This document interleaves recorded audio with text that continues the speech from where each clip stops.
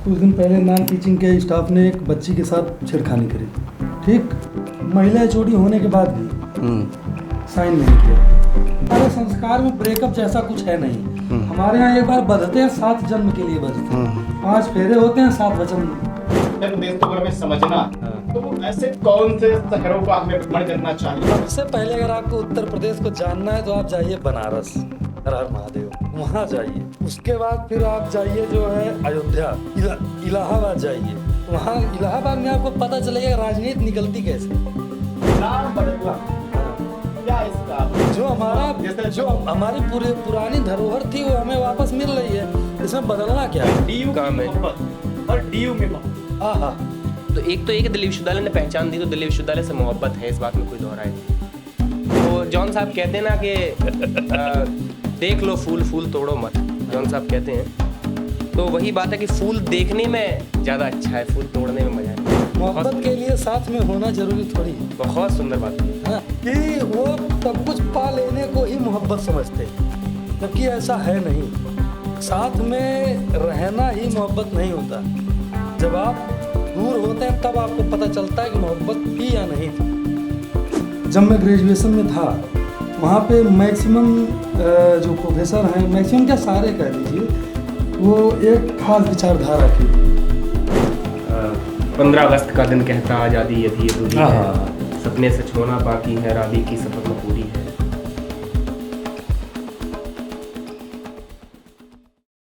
जय श्री राम आप सभी को।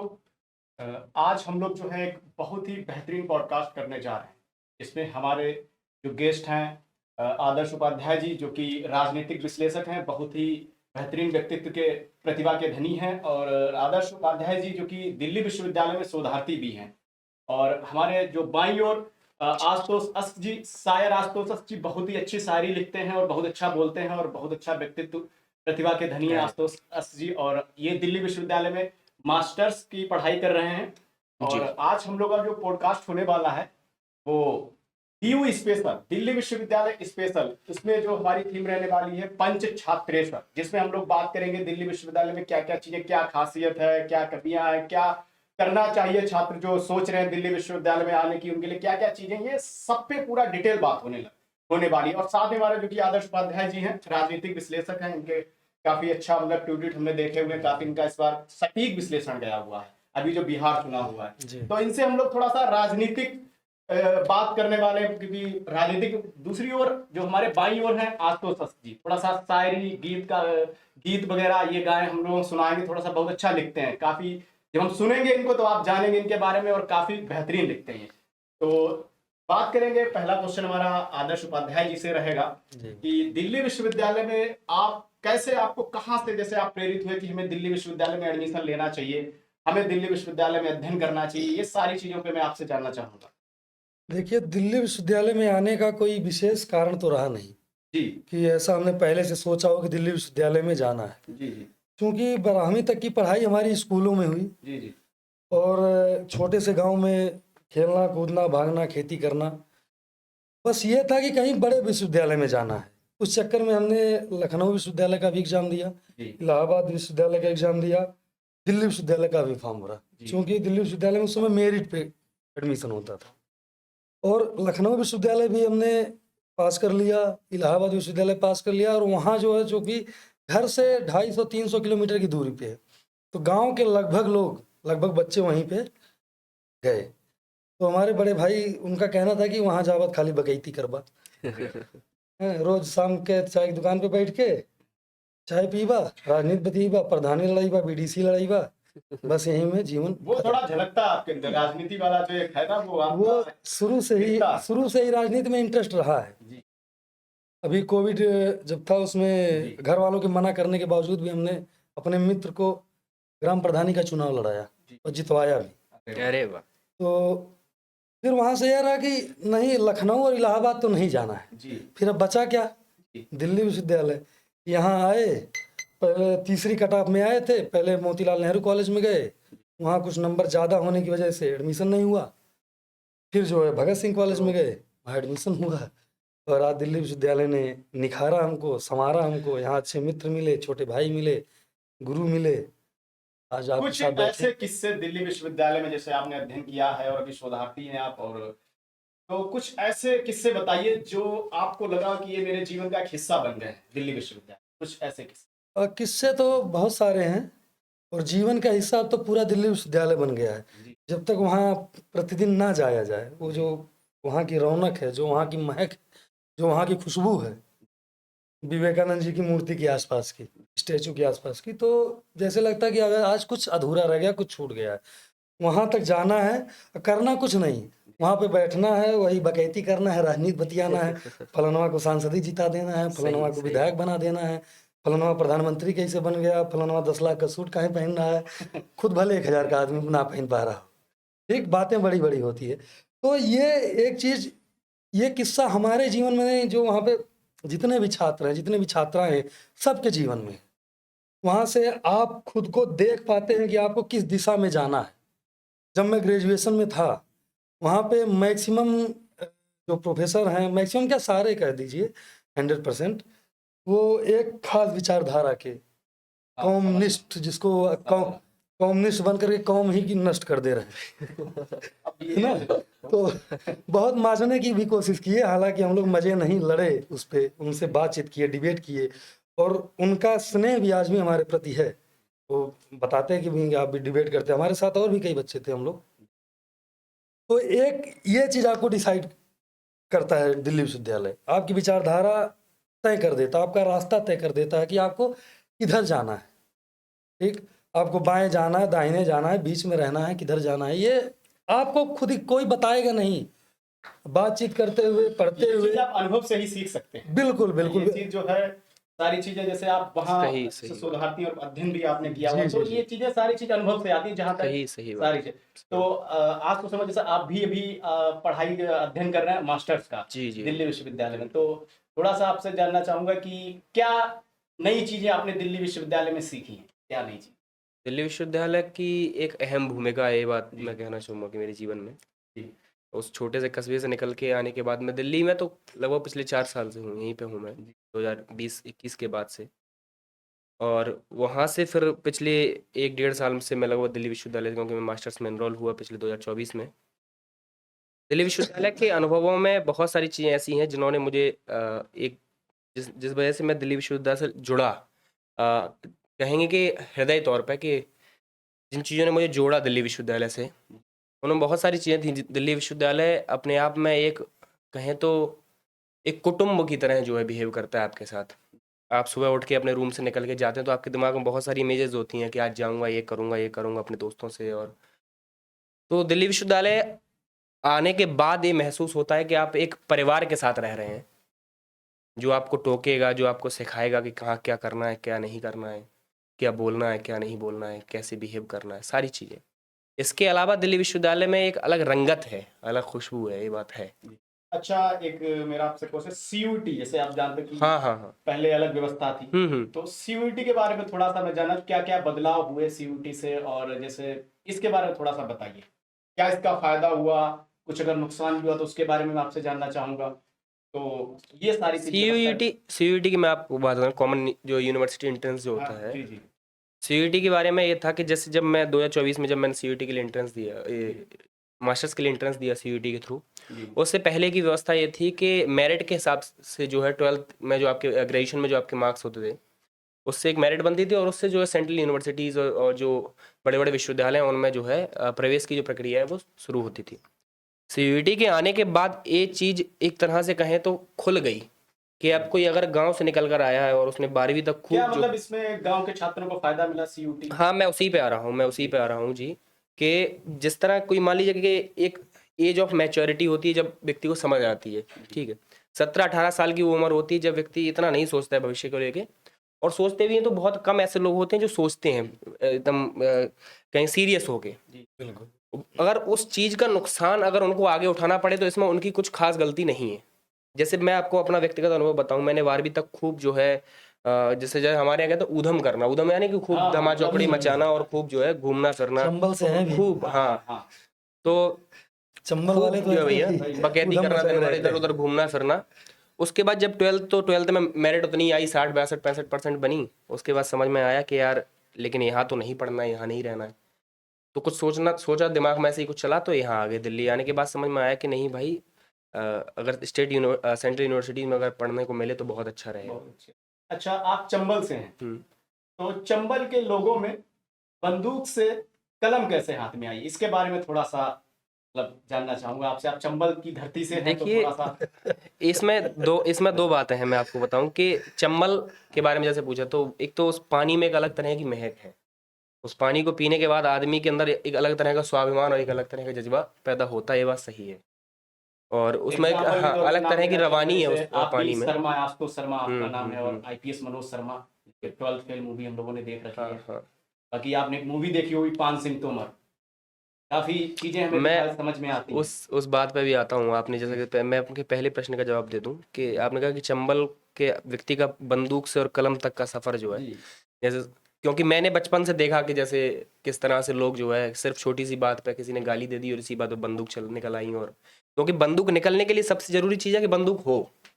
हाँ, ये और हमारे यहाँ की मैं आपको एक बात बताऊं कि घर में हो सकता है एक टाइम को खाने की व्यवस्था ना हो, लेकिन दीवार पर दुनाली जरूर टंगी दुनाली होगी। जरूर, ये मतलब काफी हाँ चीजें हाँ, दीवार पर दुनाली जो है जरूर टंगी होगी। अगर जा रहे हैं कहीं, मतलब खेत वेत में जा रहे हैं, हाँ, अपना हाँ। खेत देखने, तो बंदूक टंगी हुई है कंधे पे। कंधे हाँ। पे, तो वो काफी मतलब वहां का एक तरफ फावड़ा, उसके एक तरफ होने बंदूक के है। रीजन हाँ। रहे, मैं आपको बताऊं रीजन रहे। आप अगर 2 मिनट दें मैं आपको समझाऊं कि उसके रहने के रीजन रहे कि जब चारों तरफ जब ये माहौल बना के बीहड़ में बागियों ने जब पनपना शुरू किया बीहड़ में, जब लोग अपनी जो है व्यक्तिगत समस्याओं की वजह से और सामाजिक समस्याओं की वजह से, अलगाव की वजह से जब आत्मसम्मान के साथ समझौता नहीं कर पाए तो बागी हो गए। जब बागी हुए तो फिर एक माहौल, एक डर का सा माहौल पूरे अंचल में जो है हुआ, तो लोगों ने अपनी सुरक्षा के लिए जो है बंदूकें रखना शुरू कर दी। तो वो चीज़ रही। ऐसा नहीं रहा कि कलम से हमारा कोई सरोकार शुरुआत से नहीं था, ऐसी बात नहीं है। मैं आपको बताऊँ, आप यहाँ पे साहित्य से हमारा शुरुआत से जो है एक जुड़ाव रहा। चाहे अपन जो है जब अपन बात करते हैं क्या परमाल रासो, ये इतना बढ़िया साहित्य है परमाल रासो। जब अपन बात करते हैं, जब अपन आला उदल की बात करते हैं, तो पूरा बुंदेलखंड उसमें समेट के आ जाता है कि इतना बढ़िया साहित्य आज से जो है इतने सालों पहले लिखा जा रहा है। तो कलम से हमारा बहुत पुराना सरोकार। एक आपकी शायरी सुनी थी कि इश्क किया, किसने कहा था इस करने को, किसने दीवारों पे सर किसने कहा था तुमसे इश्क लड़ाने को। सुनना चाहूंगा। वो मुकम्मल तौर पे शेर ऐसे था कि छोड़ गई तो दीवारों पर सर पटको, आए है। वाह वाह, छोड़ गई तो दीवारों पर सर पटको, वाह, जिंदाबाद, शानदार। किसने कहा था तुमसे इश्क लड़ाने को। आए है।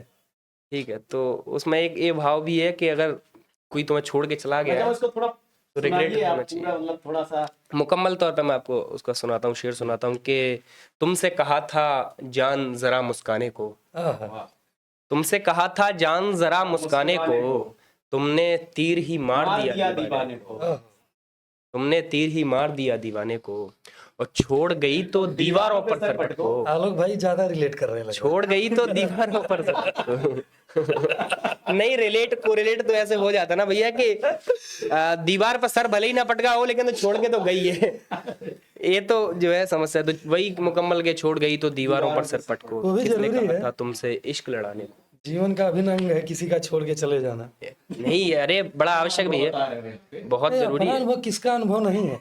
और सुनो, जिसका अनुभव नहीं है वो एक बहुत बड़े अच्छे चीज से वंचित रह जाता है। अगर सही किसी को सही कहा। छोड़ के कोई बहुत नहीं, कुछ सीखने से बच जाता है। सीखने से तो बच ही जाता है वो। आप क्या कहते हैं कि जैसे स्त्री विमर्श पढ़ाया जाता है, तो बहुत अच्छा आया, स्त्री विमर्श पढ़ाया जाता है। अभी हमारे डिपार्टमेंट में कुछ दिन पहले नॉन टीचिंग के स्टाफ ने एक बच्ची के साथ छेड़खानी करी। एक उन्होंने एप्लीकेशन लिखा, हालांकि उसका दोस्त भी गया, मैं उसको बोला कि एप्लीकेशन मत लिखो, लात जूता शुरू करो, क्योंकि मैं होता तो मैं रगड़ देता उनको बढ़िया से, फिर बाद में जो होता देखा जाता। सही बात। तो एप्लीकेशन लेके गए, महिला एचओडी होने के बाद भी साइन नहीं किया कि डिपार्टमेंट की बदनामी हो। आज भी वो व्यक्ति वहाँ पे मौजूद है। क्या गारंटी है कि कल आने वाले समय में वो दूसरे के साथ छेड़खानी नहीं करेगा या बदतमीजी नहीं करेगा। तो कहने का मतलब है कि जब आपके साथ घटनाएं नहीं होती तो आप उसको अनुभव नहीं कर पाते। मतलब चीजें, अगर आपको बहुत कुछ उस बारे में जानना है जैसे तो उससे गुजरना भी जरूरी है। एक बहुत कहने का मतलब ये है। एक बहुत अच्छी चीज़ आपको आज बताता हूँ मैं। अच्छी चीज़ क्या है कि बहुत कष्टदायक चीज़ है। जब बंगाल में महिला नर्स के साथ हाँ मेडिकल कॉलेज में गैंग रेप हुआ। हाँ 22 वकील रेपिस्ट को बचाने के लिए खड़े हुए, 11 महिलाएं थी। ठीक, 11 महिलाएं थी। अब कहाँ गया आपका स्त्री विमर्श? अब कहाँ गया आपका नारीवाद? ऐसे तो मनुस्मृति फाड़ते फिर तो मुद्दे की बात नहीं, आप बताइए। नहीं, थोड़ा सा क्या है, क्या थोड़ा सा है? मुद्दे की बात यही थी कि आप जो अब मनुस्मृति फाड़ते फिर तो उसमें उसी में कहा गया है, ये तो नार्य पूजनते रमनते तत्र देवता। आज आप 4 टू किताब पढ़ के जो है ज्ञान खलीफा हो जाते हैं। हमको तो है सब आता है दाचियार के, है ना? फालतू इंटेलेक्चुअल आदमी बनता है। नहीं, यहाँ एक चीज मैं सच बताना चाह रहा हूँ, इस चीज में मैंने भी जो अनुभव किया कि हमें कुछ चीजें साधनी है। हमें जैसे अगर आप राजनीति से जुड़े व्यक्ति हैं तो एक पॉलिटिक्स में एक विचारधारा बन गई है, भले ही हमारे अंदर वो चीज बैठी ना हो, लेकिन समाज को हमें दिखावे में वो चीज करनी है। समाज, ये आप एक थोड़ा सा आप ये कैसे उम्मीद कर सकते हैं कि एक महिला मुख्यमंत्री लड़कियों से ये कहे कि आप रात में क्यों निकलती हो, इसलिए आपका रेप हो रहा है, वो भी महिला के मतलब थोड़ा और सा- उसके बाद 4 लोग आ जाते हैं डिफेंड करने के लिए। ममता आप- बनर्जी टीएमसी की इस बार तो हो सकता है साफ ही हो जाए, वहां से होने वाली है निश्चित तौर पे। देखो, नहीं। मेरा उनसे कोई व्यक्तिगत दुश्मनी नहीं है, और ना उन्होंने हमें कुछ दे देना है, ना हमको मोदी कुछ दे देंगे, ना वो कुछ दे देंगे। लेकिन कहने का मतलब है कि उस लड़की की जगह पे कल मेरी बिटिया हो सकती है, कल मेरी बहन हो सकती है, कल कोई और हो सकता है। ये क्या तरीका है? एक थे चले गए, मान लीजिए कि क्या नाम लेना, कि लड़कों से गलती हो जाती, समझ गया। मतलब क्या बदतमीजी है। चलो, आप राजनीतिक विश्लेषण थोड़ा सा आपसे जानना है। बिहार चुनाव भी हुआ जी, अब बिहार चुनाव में कई सारी चीजें आपको देखने को मिल रही, नई की वोट चोरी, ये सारी चीजें हमें देखने को मिल रही है। एक तरफ महागठबंधन, एक तरफ एनडीए। तो यहाँ पर बहुत सारे चुनावी रणनीतिकार धराशायी हो गए, हाँ, आकलन ही नहीं कर पाए कि यहाँ तक चीजें हो सकती है। सही है। कि मतलब जो चुनावी रणनीतिकार, चुनावी पंडित थे, जी। उनके आकलन से बहुत ज्यादा, और विपक्ष का वही मतलब एक कि हाँ भाई एक जीत गए तो वही तो उस बारे में जानना चाहूंगा। जैसे आपके ट्वीट काफी हद तक मतलब सही साबित हुए जो मैंने देखे आपके। देखिए, तो बिहार चुनाव के बारे में थोड़ा सा बताइए, इस वोट चोरी के मुद्दे को लेकर के आपकी राय में जानना चाहूंगा। और जो जिस तरीके से मतलब एनडीए को पूर्ण बहुमत मिला है, और प्रशांत किशोर कि मतलब इतने बड़े चुनावी रणनीतिकार हैं और जी, जी। उनके खाते में 0 सीट आना, थोड़ा सा आपके बारे में इसकी राय में जानना चाहूंगा। क्या इसे जब घर में हम लोग रहते थे, कोई माता जी काम कहती थी कि ये कर दो, तो हम लोग बहाना बना के निकल जाते थे। उसके बाद उस काम पे ही गड़बड़ कहते थे, नहीं ये ऐसे था, ये हो नहीं पाया। तो मम्मी कहती थी नाचक धंगे ना गनवे टेढ़। ये सुना है मैंने भी।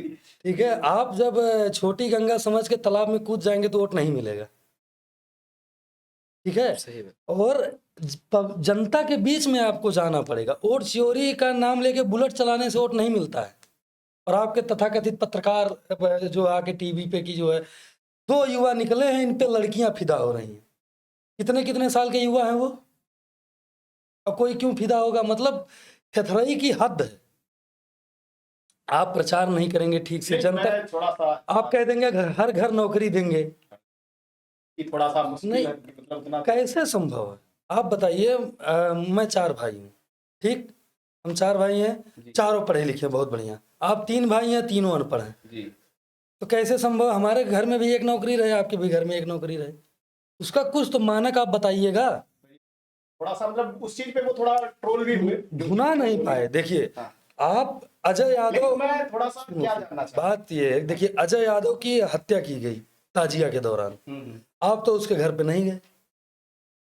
एक जगह कोई अन्य धर्म का, या ठीक है अन्य धर्म का छोड़ो, मुस्लिम लड़का मारा जाता, उससे मिलने आप चले गए, और कहते हो हम यादवों का यद मुल्ला इसीलिए कहा जाता तुमको, कहोगे हम याद, या आप एक्सेप्ट कीजिए कि आप यादवों के नेता नहीं हैं, आप यादवों को यूज कर रहे हैं। आप यादवों के नेता होते तो छठ पूजा नहीं करते, आप यादवों के नेता होते कृष्ण मंदिर का समर्थन नहीं करते, आप यादवों के नेता होते तो ये जो अजय यादव के घर पे नहीं जाते। आप कहिए कि हम मुसलमानों के नेता हैं, और जो कि जीवन में हो नहीं पाओगे कभी। एक ओवैसी आया, 5 सीट लेके गया है, ठीक है, और आपके समय में जो महिलाओं के साथ होता था, शिल्पी जैन हो, चंपा विश्वास हो, और वो जनता भूली नहीं है कि लेकिन खाली एक समधीश के साथ बैठ करके इसे कह देने से कि हाँ हुआ होगा थोड़ा बहुत। तब तो झारखंड भी एक साथ था, जनसंख्या ज्यादा थी, अब जनसंख्या नहीं है। नहीं, थोड़ा सा मैं आपसे ये जानना चाहता हूँ कि क्या ऐसे मतलब रीजन से कारण, जैसे इतनी बड़ी बम्पर जीत, इतनी सी, जब 2010 वाला मुझे लग रहा है फिर से वो इतनी 200 बड़ी सीट इतनी आ बड़ी जाना। बम्पर जीत के पीछे सबसे बड़ा कारण एक तो है कि नीतीश कुमार का चेहरा, जो कि बिल्कुल स्वच्छ धवल है, भ्रष्टाचार से बिल्कुल मुक्त है। ठीक, वो व्यक्ति आज तक 1 रुपए का भ्रष्टाचार नहीं किया है, और बिहार को दिया ही है, लिया नहीं है। बिहार ऐसे गड्ढे में मिला था, वहां से उठा के समतल पे ले आए।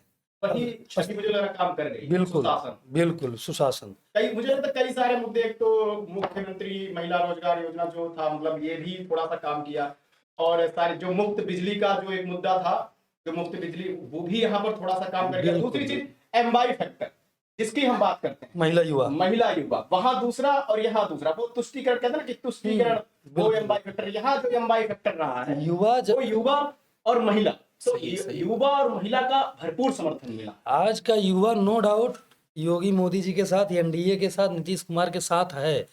इसको ये लोग एक्सेप्ट नहीं कर पा रहे हैं। दूसरी चीज जंगल राज, मुझे लग रहा है कि इस चीज को ये लोगों के मन में नहीं उतार पाए, ये भी मुझे लग रहा है कहीं ना कहीं चीजें रही। देखो, अच्छा ये बताइए कि आपके घर में मैं किसी की हत्या कर दूं, उसके बाद मैं कहूंगा अब आगे से नहीं करूंगा, मतलब ये क्या थथराई नहीं है? ये अच्छा मजाक है। आप साहबुद्दीन के बेटे को टिकट दोगे, ठीक, और वो जिसने तेजाब से नहला करके पूरा परिवार खत्म कर दिया, एक व्यक्ति बचा उस परिवार में नहीं, तो यहाँ जो पर कि मैं रोकना जो कि चाहूंगा अपाहिज। आनंद सिंह के बारे में। ठीक है, उस पे भी आते हैं। ये उस परिवार में एक व्यक्ति बचा है, ठीक, एक व्यक्ति बचा है जो कि अपाहिज है, उसके बेटे को आप टिकट दे रहे हो। उसके बाद कह रहे हो हम बढ़िया सुशासन लाएंगे, हम जो है ऐसे कलम फेंकोगे खड़े होके, बीन लो इसी में से जिसको जो जो मिल रहा है, और उसी कलम से नौकरी खट से मिल जाएगी। ये रोजगार दरअसल वो दिए थे। एक बार इनका बयान आया था कि जो है अगर मुसलमानों के बारे में कोई कुछ बोलेगा तो ईंट से ईंट बजा देंगे, और एक मुसलमान भाई की रक्षा जो 5 हिंदू मिल के करेगा। तो 1 करोड़ रोज जो हर घर नौकरी, 2.5 करोड़ रोजगार जो बोल रहे थे, वो मेन यही था कि तुमको कुछ नहीं करना है, मुसलमान के आसपास खड़े रहो, उसकी सुरक्षा हो, भले तुम्हारी बहन को भगा के ले जाए लव जिहाद के चक्कर में। ये था, और ये पब्लिक समझ चुकी है, युवा पढ़ा लिखा है। आप 9 तक पढ़े हो, सबको लग रहा है दुनिया 9 तक पढ़ी है। नहीं तो फिर भाई 9 के बाद 9, यहाँ तो फिर अच्छा 9 के आगे भी तो यहाँ गिनती है। आपको ना थोड़ा सा दोनों पक्ष देखने पड़ेंगे। हाँ बताइए। क्यों? फिर किस, मैं जिसका नाम लेना चाह रहा हूँ, हाँ, थोड़ा सा बोलिए उनके बारे में। आनंद सिंह के बारे में आप बात कर रहे हैं। देखिए, हाँ, आरोप लगना, ठीक, और आरोप साबित होना, और उसमें कन्विक्ट होना, सजा होना, सब में फर्क है। आप यहाँ बैठे हैं, मैं बाहर निकल कर तो आलोक ने हमको 4-5 तमाचा मारा है। जैसे मैंने एक बयान सुना था, जैसे कि हमारे प्रधानमंत्री जी का, जी, अभी परसों ही जब बिहार प्रचंड जीत हुई, तो बोला कि अब जनता जो है उन लोगों को नहीं चुनना चाहती जो जमानत पे बरी है। तो यहाँ पर मुझे थोड़ा सा ये लगा कि अनंत सिंह के बारे में थोड़ा सा, वो भी तो मतलब आपके ऊपर आरोप किस प्रकार का है? आप स्वयं हत्या कर रहे हैं या किसी कोई एक परिस्थिति बन गई वहां पे हत्या हो गई, दोनों में फर्क है। जहां आप स्वयं हत्या करते हैं, आपका वीडियो फुटेज है या अन्य कोई भी चीजें हैं, प्रूफ है, तो जाहिर सी बात है पब्लिक आपका समर्थन नहीं करेगी। और अगर जेल में बैठ के भी वो व्यक्ति जीत रहा है तो जाहिर सी बात है कुछ तो किया होगा पब्लिक के लिए। डेली आप न्यूज में भी देखते होंगे, बगल में तख्ते पे, जिस तख्ते पे स्वयं बैठता है उसी पे आकर के मिश्रा जी भी बैठते हैं, शर्मा जी भी, वर्मा जी भी, पटेल जी भी, कुर्मी जी भी, सब वहीं बैठते हैं, ठाकुर साहब भी वहीं बैठते हैं। तो असली सामाजिक न्याय तो वहां हो रहा है। अच्छा, थोड़ा सा मैं उत्तर प्रदेश में, आप भी उत्तर प्रदेश, नहीं, दोनों मैं लोगों मध्य से- प्रदेश। अच्छा सॉरी, मध्य प्रदेश, उत्तर प्रदेश से। हाँ। जी, उत्तर प्रदेश को अगर समझना है, उत्तर प्रदेश को अगर हमें समझना है, हाँ। तो ऐसे कौन से शहरों का हमें भ्रमण करना चाहिए जो हमें समझ में आ जाए कि हाँ उत्तर प्रदेश जो है हमें समझ आए। सबसे पहले अगर आपको उत्तर प्रदेश को जानना है तो आप जाइए बनारस, है ना, हर हर महादेव, वहां जाइए। उसके बाद फिर आप जाइए जो है अयोध्या, इलाहाबाद जाइए, तो वहाँ इलाहाबाद में आपको पता चलेगा राजनीति निकलती कैसे। ठीक, वहाँ इलाहाबाद यूनिवर्सिटी के बच्चे बच्चे के अंदर आपको राजनीति की झलक मिलेगी। तो मैं ये कह रहा था भैया कि इलाहाबाद जाया जाए या प्रयागराज। ये तो मतलब फिर यहाँ आप बिल्कुल हो बिल्कुल गया। ना, मैं इलाहाबाद यूनिवर्सिटी की बात किया हूँ, अच्छा अच्छा अच्छा अच्छा। मैं इलाहाबाद यूनिवर्सिटी की बात किया हूँ, जाना तो प्रयागराज ही नहीं, है। मुझे लग रहा है कि 28 तक अगर फिर सरकार बनी 28 में, जो कि बनेगी 27-28 में, तो फिर प्रयागराज विश्वविद्यालय हो जाएगा। नाम बदलना, हाँ, क्या इसका मतलब? नहीं नाम बदल थोड़ी जा रहा है, नहीं, मतलब रिस्टोर। बिल्कुल हाँ? जो हमारा जैसे जो हमारी पूरी पुरानी धरोहर थी वो हमें वापस मिल रही है, इसमें बदलना क्या है। रिस्टोर, बिल्कुल रिस्टोर करना, हिस्ट्री को रिस्टोर बिल्कुल बिल्कुल जो हमारी सच्चाई है, जो हमारी पुरानी चीज है, जो किसी कारणवश आक्रांताओं की वजह से हमसे छीनी गई, वो हमारा नाम हो, हमारी धरोहर हो, हमारी जमीन हो, हमारा मंदिर हो, XYZ कुछ, वो सारा हमको चाहिए।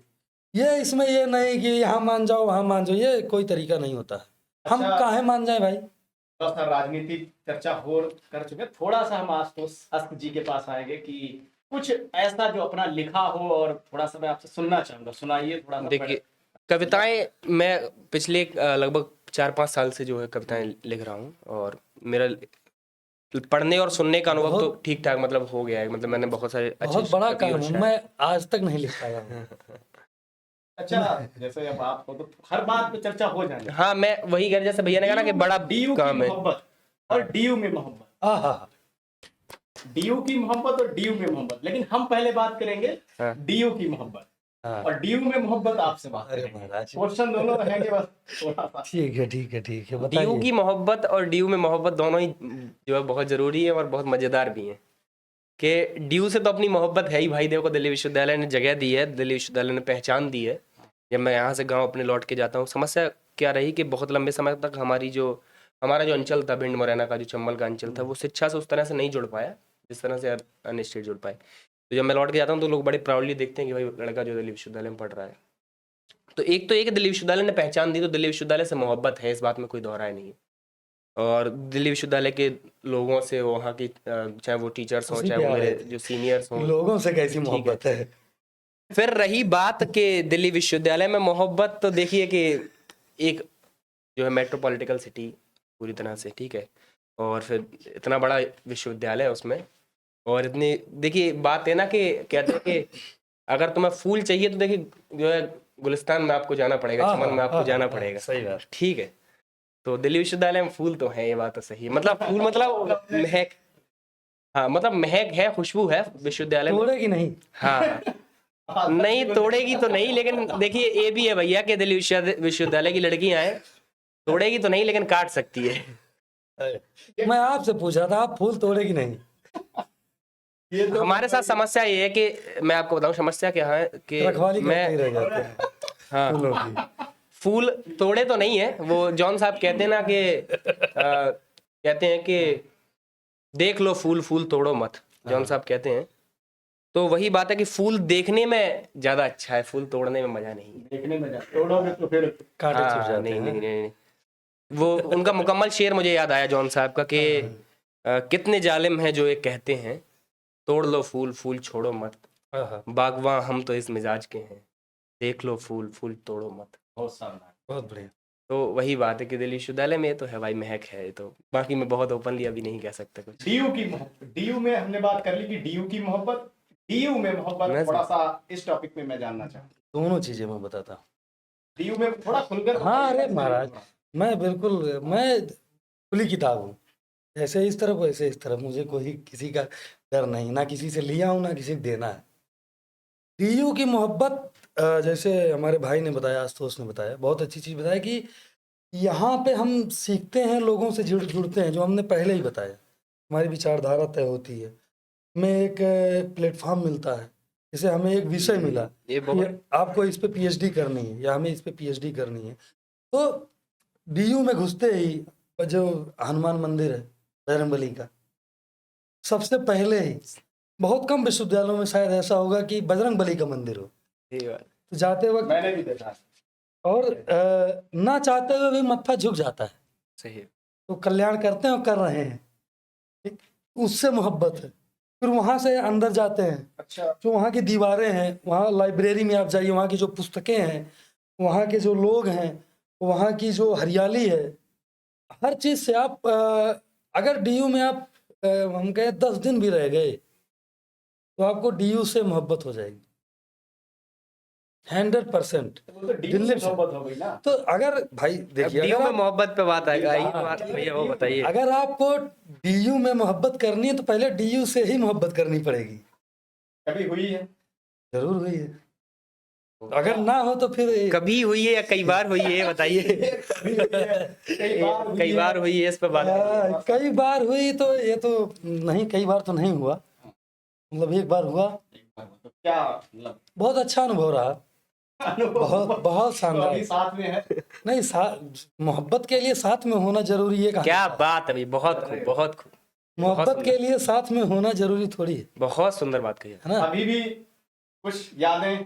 बहुत सारी यादें हैं, हाँ, घूमना फिरना, साथ में पढ़ना, लाइब्रेरी बैठना, सब सही कुछ सही देखो, बात है। सब कुछ याद है। और ये हर आज के जंजियों की समस्या क्या है, हालांकि शायद मैं भी उसी में हूँ कि वो सब कुछ पा लेने को ही मोहब्बत समझते हैं, जबकि ऐसा है नहीं। साथ में रहना ही मोहब्बत नहीं होता। जब आप दूर होते हैं तब आपको पता चलता है कि मोहब्बत थी या नहीं थी। ठीक, एक दूसरे का सम्मान करना, एक दूसरे की चीजों को अपने तक रखना।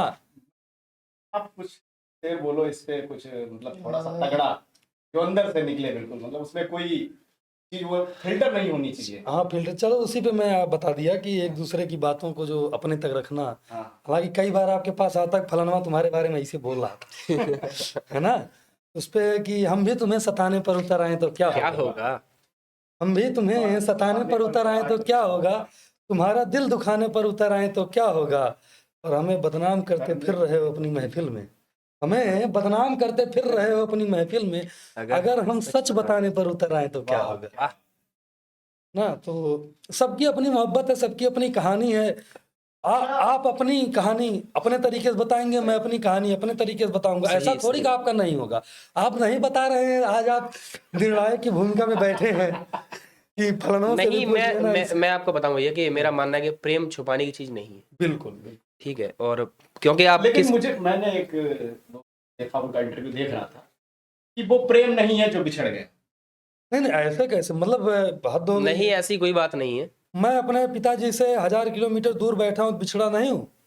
नहीं, वो बिछड़ना अलग है। फिर मतलब वो मैं चीज आपको होती है कि भैया एक जो है इस मामले पे हाँ, एक बहुत बढ़िया उदाहरण देता हूँ। शिव कुमार बटालवी जी की मैं बता रहा था कि पंजाब के एक बहुत खूबसूरत शायर पंडित शिव कुमार बटालवी, और वो एक मेले में जाते हैं। उनकी शुरुआती मोहब्बत, पहली मोहब्बत के बारे में आपको कुछ बता रहा था कि वो एक मेले में जाते हैं, वहाँ एक खूबसूरत सी उनको एक लड़की दिखती है, और पहली नज़र में, क्योंकि शायरों के साथ समस्या ये है कि शायरों को जो है पहली पहली नजर में मोहब्बत हो जाती है।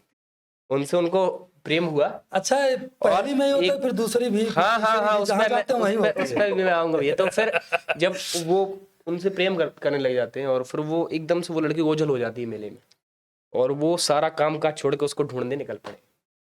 और कुछ दिन मतलब ऐसे ढूंढा, और पता जब फाइनल मिल भी गई लड़की के, फला रहने वाली है ऐसे करके, वो प्रेम भी करने लगे, आपस में प्रेम में भी रहे। और कुछ दिन बाद पता चला कि वो लड़की जो है, क्योंकि जनरली देखें आपके पंजाब के लोग जो है माइग्रेट करते हैं अमेरिका और कनाडा के लिए, वो लड़की कनाडा चली जाती है और उसकी शादी हो जाती है। यहाँ से इनकी शायरी का जो है जो पीक है वो शुरू होता है अपना। तो ऐसा नहीं है कि उन्होंने उस लड़की से मोहब्बत नहीं करी जो है शिव ने, उसके बाद भी वो उसी लड़की के लिए लिखते रहे। वो आपने वो उनका गीत सुना होगा कि पुछ दे हाल हाँ, फकीरा दा। बिल्कुल।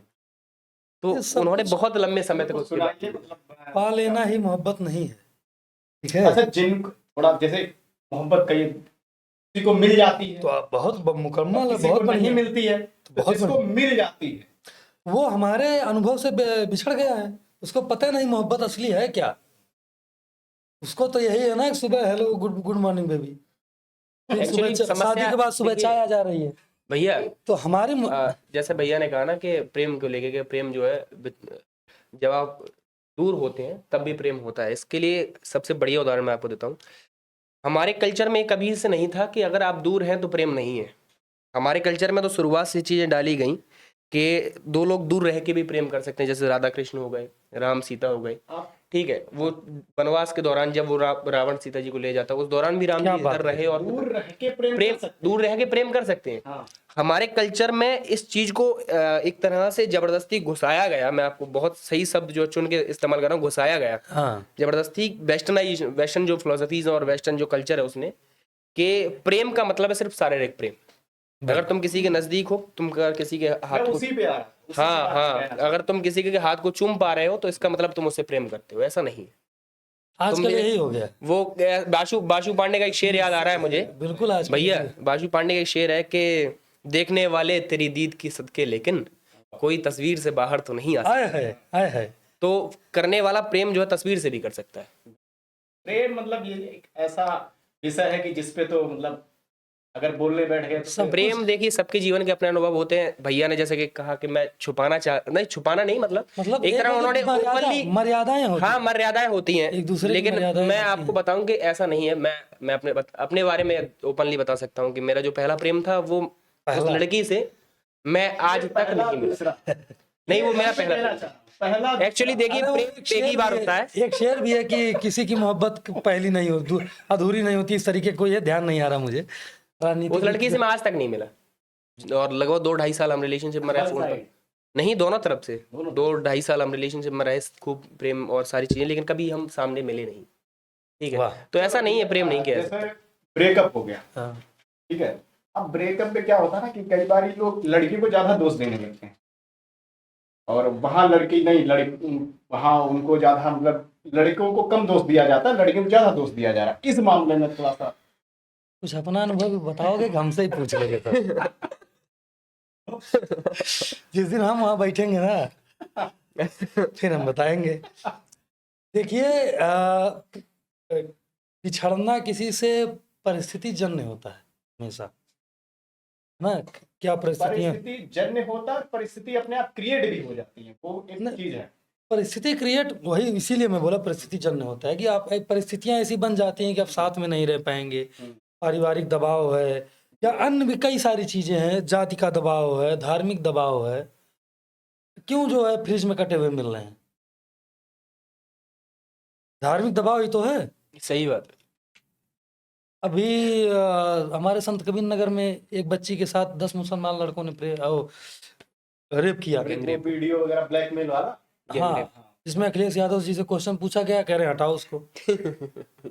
वो यादव नेता बनते हैं। कहने का मतलब है कि आप सोच के आए कि आज अखिलेश यादव जी को जो है नहीं, अखिलेश यादव जी डोनेट करके जाएंगे। नहीं, यार सर, हाँ ब्रेकअप पे ही आ रहा हूँ। देखो हमारे यहाँ, हमारे संस्कार में ब्रेकअप जैसा कुछ है नहीं।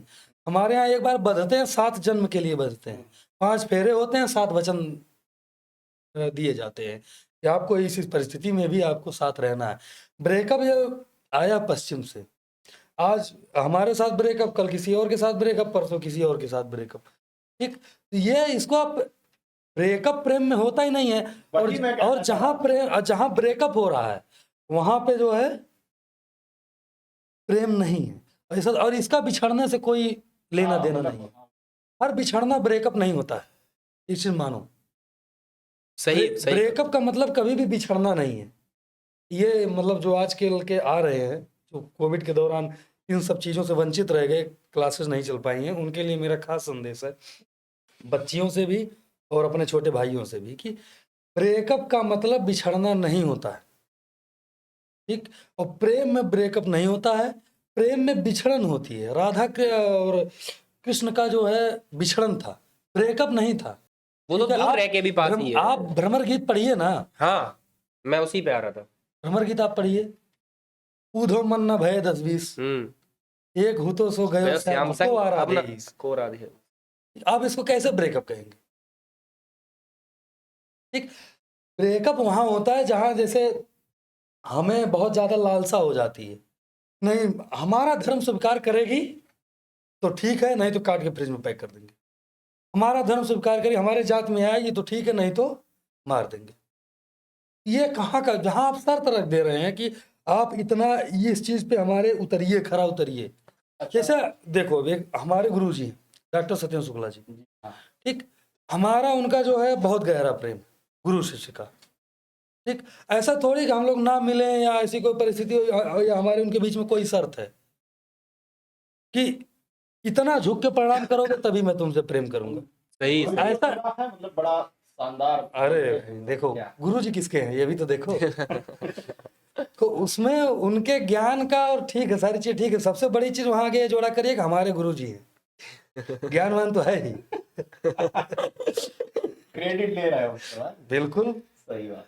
उन्हीं से ले सकते हैं क्रेडिट, है ना। अच्छा, आप पॉलिटिकल बैकग्राउंड आपका है? जी बैकग्राउंड नहीं है कोई, हमारे घर में कोई पॉलिटिक्स में नहीं है। मैं अकेला ऐसा नालायक व्यक्ति हूँ घर का जो राजनीति में आया हूँ, जो कि हमारे घर वालों को बिल्कुल पसंद नहीं है किसी का झंडा उठाना।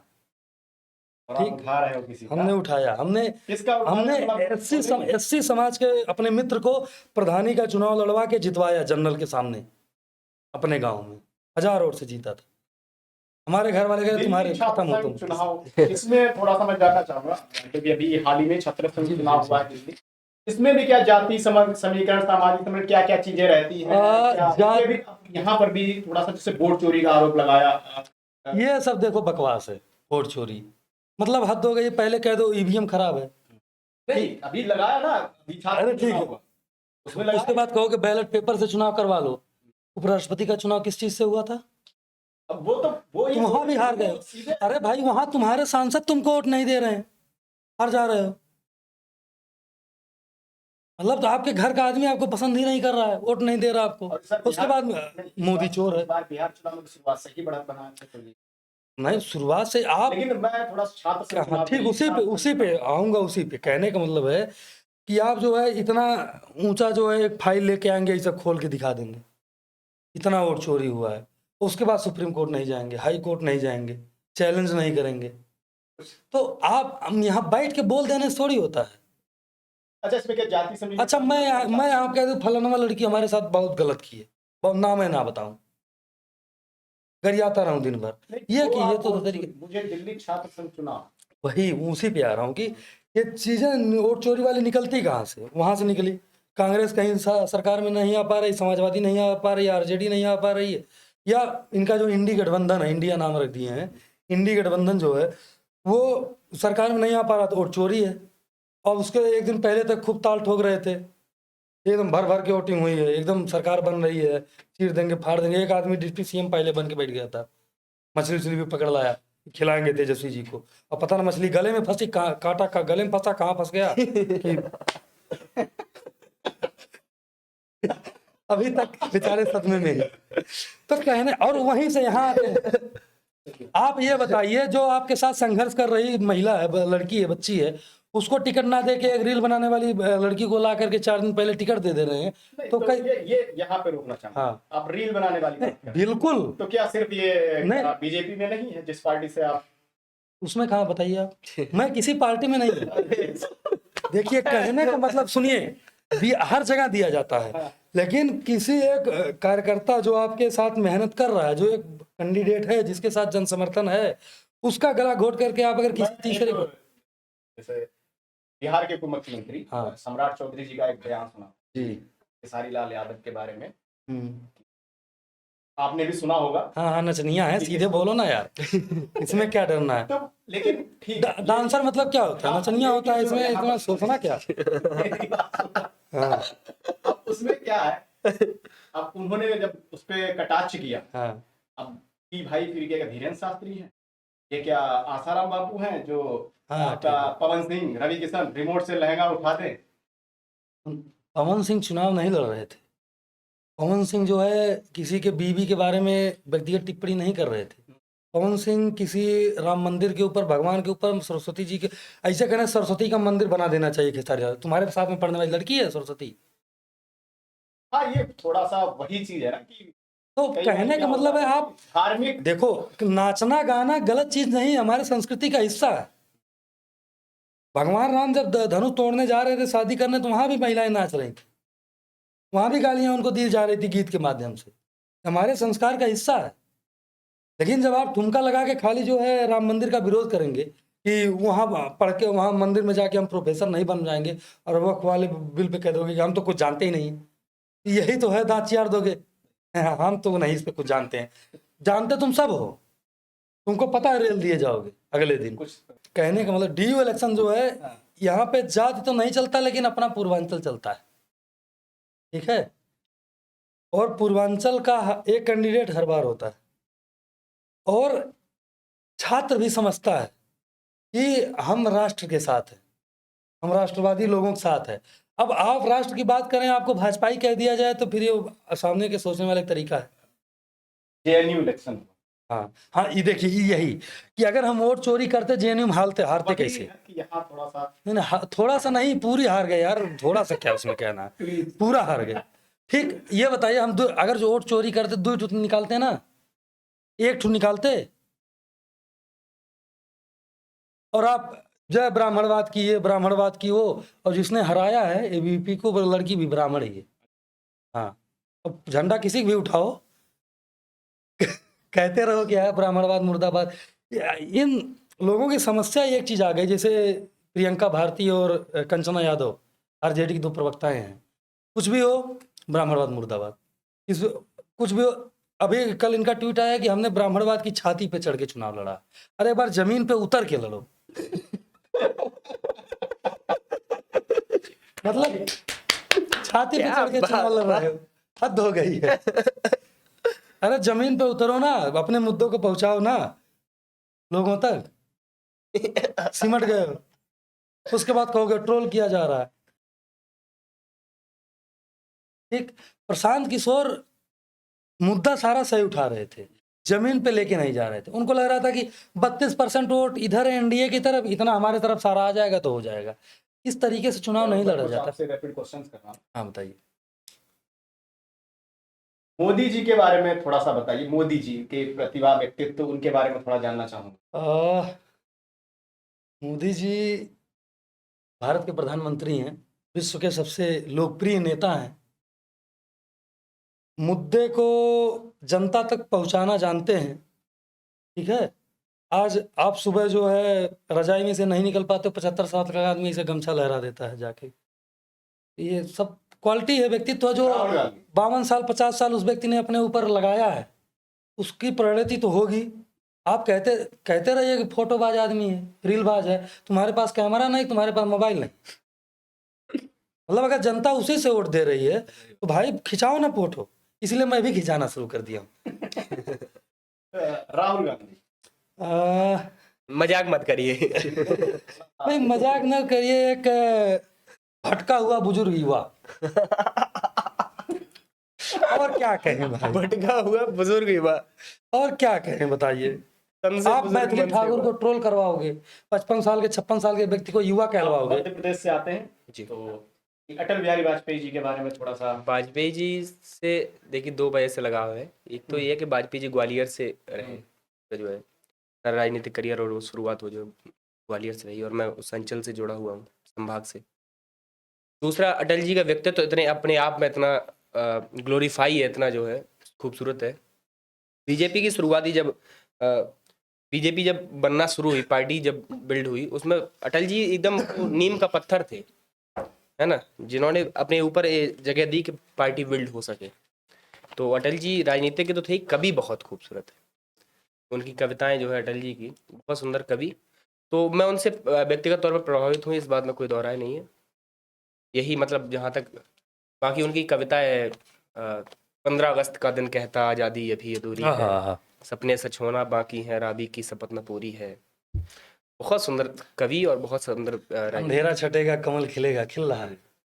धीरेन्द्र शास्त्री जो कि बहुत कम उम्र में, अरे वाह। और आज पूरा हिंदू राष्ट्र का भी एक पदयात्रा भी चल रही थी। हम लोग देख रहे थे कि दिल्ली से वृंदावन, हाँ 716 नंबर जी, इसमें जाना था, मैं जा नहीं पाया। थोड़ा सा धीरेन्द्र जी जो है, धीरेन्द्र कुमार शास्त्री जी महाराज जी जो है, ये छतरपुर के पास एक गांव है छोटा सा।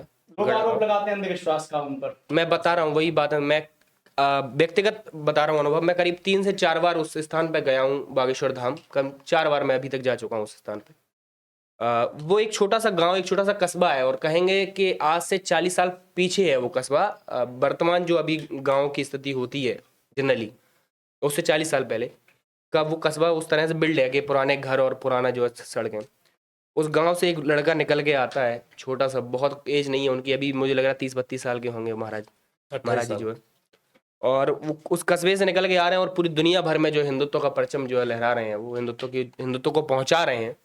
और उसके बाद कोई लाख कहता रहा है कि वो अंधविश्वास फैला रहे हैं, अंधविश्वास कुछ मैं भी आपको फैला रहे बताना हैं। आदिवासी क्षेत्र का मुझे लग रहा है विकास डेवलपमेंट हाँ हाँ, वो उस रूरल बैकग्राउंड से जो इनके है अंधविश्वास पे मैं जो क्वेश्चन उठते हैं उस पर बताना चाहूंगा आपको कि आप अंधविश्वास कह लीजिए, कुछ भी कह लीजिए, ठीक है। 10 लाख लोग, 20 लाख लोग चल रहे हैं, हमारे साथ 10 लोग भी नहीं चलते।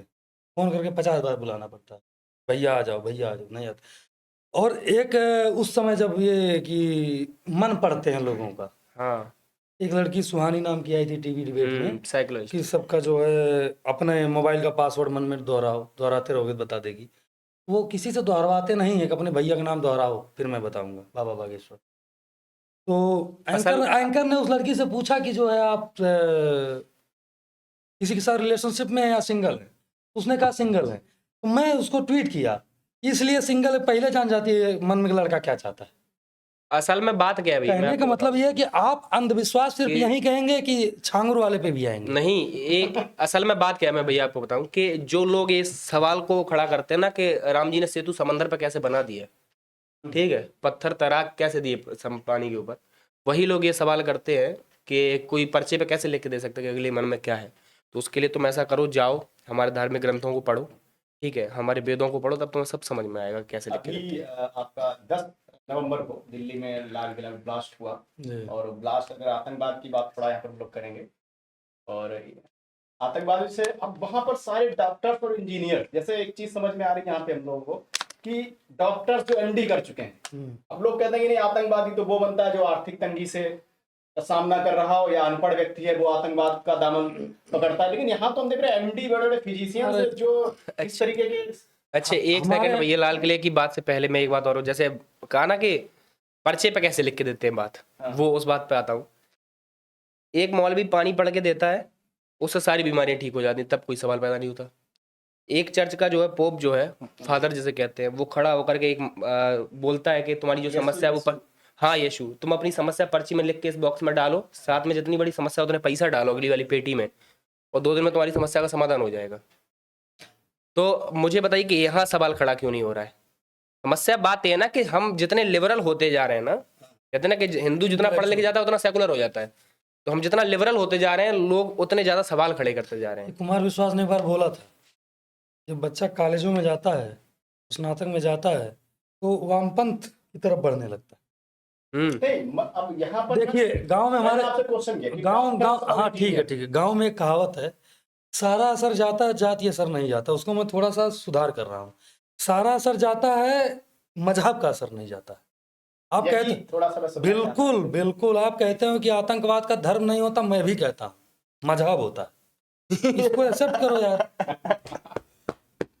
ठीक है, फलाना ये कर दिया, फलाना, आप नहीं मानते हो कि जो है इस नाम के व्यक्ति ने किया है। उस गाजा में तुमको क्या हो रहा है सब पता, दावायर में छप जाएगा। सिर्फ वहाँ मेडिकल के डॉक्टर की बात नहीं है, यहाँ हिंदी डिपार्टमेंट या अन्य डिपार्टमेंट में बैठे हुए दिल्ली विश्वविद्यालय में भी आतंकवादी हैं, नक्सली हैं साले। सही बात। ये अल्फला यूनिवर्सिटी, इसमें तो लगभग आप मैक्सिमम जो डॉक्टर्स है सब सबका मतलब वहां से ये बताइए कि गाजा के लिए जो है, फिलिस्तीन के लिए आपका प्रोग्राम होगा, अब प्रोग्राम कहाँ होगा? जवाहरलाल नेहरू भवन में, जवाहरलाल नेहरू भवन में होगा, फिलिस्तीन के। हाँ, बहुत गलत हो रहा है, बहुत गलत हो रहा है। और यहाँ मुर्शिदाबाद के लिए कब करोगे? सिख दंगों के लिए कब करोगे? कश्मीर के लिए कब करोगे? पहलगाम के लिए कब करोगे? तब तो लिख दो कि नहीं, वो तो लोगों को मारने आए थे, उनका कोई इंटेंशन नहीं था। इंटेंशन नहीं तो पैंट उतरवा काहे चेक किया, कलमा क्यों पढ़वाया? इस चीज को, और इसमें गलती उनकी नहीं है, गलती सो कॉल्ड लिबरल और सेकुलर, जिसको मैं दोगला कहता हूं, इस हिंदुओं की है। थोड़ा पढ़ने बाद ज्ञान देना शुरू कर दोगे ना, देखो इसमें दरअसल 3 बातें हैं, 4 बातें हैं, 5 बातें हैं, उसमें घुमा कर कहने लगोगे, उसको मोड़ के ले जाओ, रोल बना के रखो। यही है ना, यही दिक्कत है कि आप मोबिलाइज करोगे, क्लास में आओगे तो बच्चों को बताओगे, नहीं दरअसल इसमें ऐसा है, फिलिस्तीन में इजराइल को जंग इजराइल की तरह ही लड़ा जाता है। मैं आपको एक बात बताऊं भैया, मुझे कुछ दिन पहले इंस्टा पे एक मैसेज आया कि आप जो है गाजा के लिए डोनेट करेंगे। मैंने हाँ इजराइल को कर रहा हूँ। बहुत बढ़िया। ठीक, तो आप आतंकवाद से निपटना है तो इजराइल की तरह ही निपटोगे। ये चूचू चूचू करके आतंकवाद से नहीं निपटा जाता है। एक तो ब्लास्ट हुआ, उसके बाद क्या लिख रहे हो? अमित शाह इस्तीफा दो, मोदी इस्तीफा दो, और काम कौन करेगा? तुम्हारे पिताजी आके? हाँ? वो एक ब्लास्ट की चिंता है, और जो 350 किलो RDX पकड़ा गया उस पे नहीं दिक्कत है। वो क्यों नहीं बताते हो कि कुछ लोग घबरा रहे हैं? नहीं बोलने में कुछ नहीं घबराते, गाजा के लिए नहीं घबराते, यहाँ घबरा रहे हैं। कहने का मतलब ये कि आप अपने देश के लिए घबरा रहे हो तो कहाँ है देशभक्त? उसके बाद कह रहे हो शक किया जाता है देशभक्ति पे। खुल के अगर आप वहां बोल रहे थे, हम खुल के नाम लीजिए। सही बात है, सही बात है। डॉक्टर शाहीन थी, बिल्कुल बिल्कुल थी। अल्फा यूनिवर्सिटी क्या नाम? डॉक्टर मुजम्मिल थे, डॉक्टर नदीम।